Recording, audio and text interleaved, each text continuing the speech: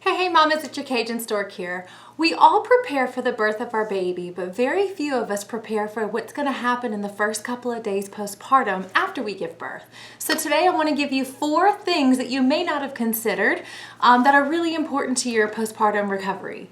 But before I begin, my name is Midwife Kyra and I believe in truly natural birth because I know that it makes for better birth experiences. Consider subscribing to my channel and don't forget to join in today's conversation in the comments below. Oh, and don't forget to look in the description below where you're going to get a free copy of my birth packing and supply list. So during your pregnancy, you spend a lot of time preparing for the birth. And I found that a lot of women after the birth are surprised about the next couple of steps that happen.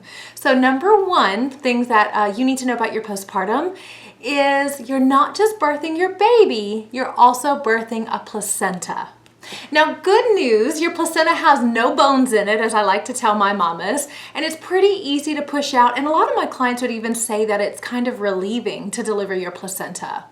But what does this look like? Well, in a hospital setting, they use something called active management of the 3rd stage of labor. The 3rd stage being the stage after the birth of the baby, but before the delivery of the placenta. And they administer a medication called Pitocin, typically in an IV, but they can also administer it in your muscle in your thigh. And this medication gets that placenta delivered typically within 5 to 7 minutes after the birth. So if you've had a hospital birth, you may have noticed that your baby came out, your placenta came shortly afterward, and then you were moved to postpartum. However, when we leave birth alone, which is what we should be doing because the more we leave birth alone, the safer it is, we will find that the placenta will typically take anywhere from 5 to 45 minutes to deliver. Personally, as a midwife, I like it to deliver within 30, but it's not unusual for it to take up to 50 to 60 minutes for a placenta to be delivered. And so what are you doing during this time? Well, having the baby at your breast, even if they're not nursing, just playing at the breast and oogling over your baby and admiring how sweet their little fingers and toes are, gets that love hormone oxytocin flowing, which is what gets your placenta out. Now, Pitocin is a synthetic form of oxytocin. And so instead of administering a medication, we can just let you zone in, focus on your baby and try and breastfeed. And this will naturally get that placenta to get expelled.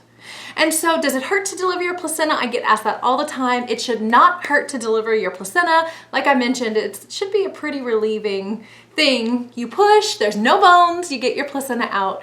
And we move on. Now, number 2 thing that we don't expect about the postpartum is fundal massage. Fundal massage is when after the birth of the placenta, our healthcare providers go down on our belly, right near at the top of our uterus, usually around your belly button, and they aggressively massage our uterus to try and expel any clots immediately after the birth. And they tend to check it about every 15 to 30 minutes or so for the next few hours as well. Now, does it hurt? Yeah, fundal massage really isn't that pleasant. However, I like to tell my mamas that it really is one important thing that we can do for you that can help prevent further bleeding and hidden bleeding postpartum and help you feel good when you're going home. Now, one thing that most people don't know is that if you receive Pitocin in the 3rd stage of labor to deliver your placenta, it's actually not evidence-based to provide fundal massage, that the Pitocin should be clamping down the uterus enough to do that. However, if you have gone unmedicated, no Pitocin, loving on your baby, a fundal massage can be really helpful to expel any hidden clots and just ensure that you're not having any extra unexpected bleeding. So let's move on to number 3, after pains. So after the birth of your baby, we have the placenta being born. And after the placenta is born, we'll have fundal massage. And after the fundal massage, you can expect to have something called after pains. These are contractions that cramp down and clamp down your uterus every time you nurse for about 3 to 5 minutes for the first 3 to 5 days after you give birth. Now, nobody prepared me for after pains. In my mind, when I gave birth, I was done having contractions, and especially after I was done giving birth to the placenta, I was done having contractions. But little did I know that I was also going to be introduced to after pains after the delivery. So what after pains look like is you latch the baby and you're gonna contract and cramp down a little bit for a couple of minutes at the beginning of every nursing session. Now, as unpleasant as after pains are, they're extremely beneficial to your health, that these cramping-like contractions help the uterus shrink back down and protect that open placental wound inside of your uterus from bleeding. Another way I can describe after pains in a way that helps you understand the benefit of them is I want you to imagine when your placenta is born, you're leaving a placenta-sized wound inside of your uterus. And actually, it's probably more like this. Now, if that wound was, let's say, on my shoulder or on my leg, how do we stop bleeding of a big open wound? Well, we apply pressure.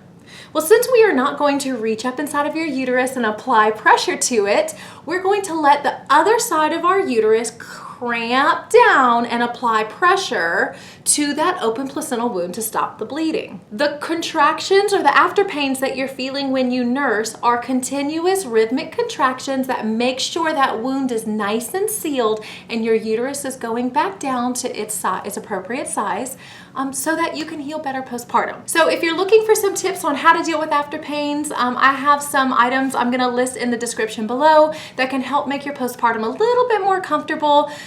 Some tinctures, and of course ibuprofen. Like y'all, there is no shame in having an unmedicated birth and then taking ibuprofen postpartum. I mean, seriously, come on now. So the fourth thing I want to discuss is breast milk. Just this week in clinic, I had a mom telling me at 39 weeks pregnant that she was concerned that she wouldn't be able to breastfeed because she wasn't actively making milk from her breast. So most women aren't aware that your mature breast milk actually doesn't come in for 3 to 5 days after a vaginal birth. Or if you find yourself having a C-section, it could be anywhere from 3 to 7 days after giving birth. So when you give birth and that placenta is born, you're actually going to start making colostrum. Picture colostrum as the concentrated form of breast milk. This fits all of baby's needs in the first few days postpartum. And believe it or not, your baby's tummy on the day of birth is a teeny-tiny size of a marble. So if you find yourself hand expressing colostrum, you're gonna notice that it's not a big quantity. Your baby doesn't need a big quantity with this tiny tummy. But on day 3, when your baby's tummy is the size of maybe like an egg, now your baby's gonna wanna start having that mature breast milk come in. And trust me, you won't miss it when your breast milk comes in. You're gonna start getting hot and sweaty, your breasts are gonna get really large and really full, and you may even like wake up from a nap and be drenched in milk. It's actually pretty amazing. So when your breast milk comes in, you can expect to continue to make breast milk, mature breast milk for the rest of your postpartum period while you're actively breastfeeding. So although you might find some of these postpartum things quite surprising, I hope that now you're feeling better prepared to tackle your postpartum, knowing what to expect. If you have any questions, post them in the comments below. Don't forget to subscribe to my channel, and I'll see you guys next Midwife Monday. You can follow me to one of my other Midwife Monday videos up here. Thanks for watching. Bye-bye.